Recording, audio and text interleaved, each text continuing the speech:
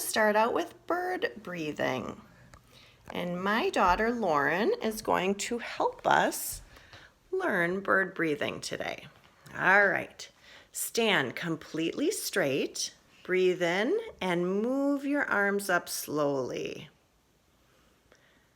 And breathe out and lower your arms back to your sides.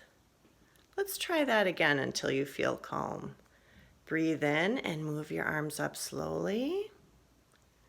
Breathe out and lower your arms back to your side.